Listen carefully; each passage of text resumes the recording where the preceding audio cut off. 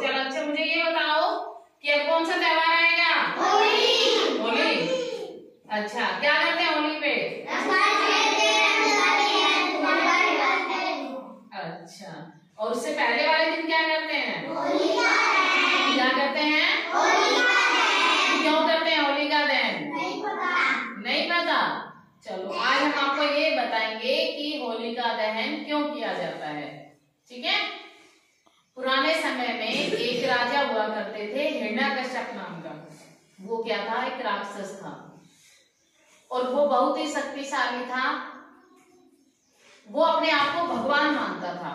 अपने आप को क्या मानता था? भगवान। जब उसके अंदर वो सारी ताकत आ गई, ना वो किसी से मरता था, ना वो दिन में मरता, तो उसे वरदान मिला हुआ था। ना वो दिन में मार सकते थे किसी को, ना उसको ना रात में मार सकते थे, ना अस्त्र से ना शस्त्र से मार नहीं सकते थे।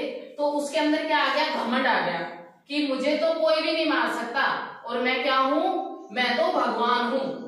और सबसे कहता था कि मेरी पूजा किया करो, मैं तुम्हारा भगवान हूँ, मैं तुम्हारा पालन पोषण करता हूँ, मैं तुम्हारी रक्षा करता हूँ और मेरे से बड़ा कोई नहीं है इस दुनिया में, भगवान भी नहीं है, मैं ही तुम्हारा भगवान हूँ। उनके एक पुत्र थे प्रहलाद जी, और प्रहलाद क्या थे?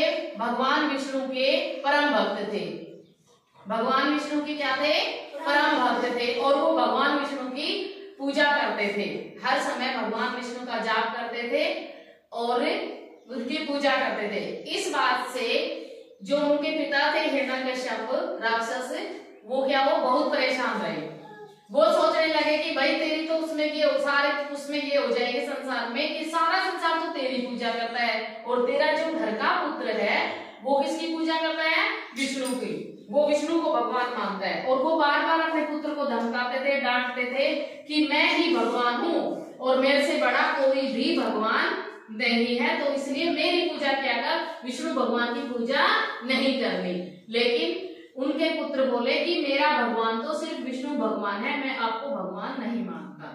इस बात से वो उनसे चिढ़ने लगे और उनको कई तरह से मारने की कोशिश की।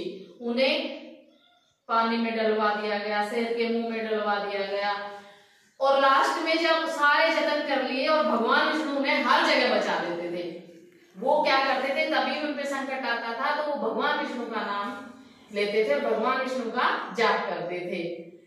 अंत में क्या था कि वो हिरण्यकश्यप जी होलिका के पास गए।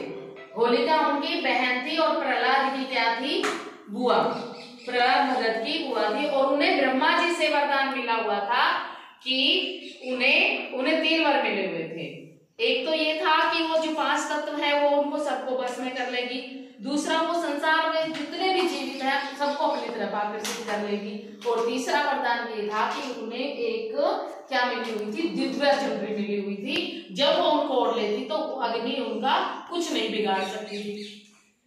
तो इसी बात को देखकर वो अपनी बहन के पास गए हिरण्यकश्यप और कहा कि बहन आप इस चुनरी को ओढ़ के और प्रहलाद भगत को गोदी में लेकर अग्नि में प्रवेश कर जाओ, ताकि आप तो सुरक्षित रह जाए और वो प्रहलाद भगत तो जल जाए। और प्रहलाद भगत विष्णु के परम भक्त थे और भगवान तो अपने भक्तों की मदद करते ही हैं। और जब होलिका ने चुनरी ओढ़ के जब अग्नि में प्रवेश, प्रहलाद जी को गोदी में लेकर अग्नि में प्रवेश करने लग गई, तो प्रहलाद जी खुशी खुशी उनकी गोदी में बैठ के और विष्णु का जाप करने लगे हाथ जोड़ के। ओम नमो भगवते वासुदेवाय नमः, ओम नमः भगवते वासुदेवाय नमः, ऐसा जाप करते रहे। और फिर क्या हुआ? ये चुनरी उड़कर प्रहलाद जी के सर पर ढक गई और चुनरी हटते ही क्या हुआ?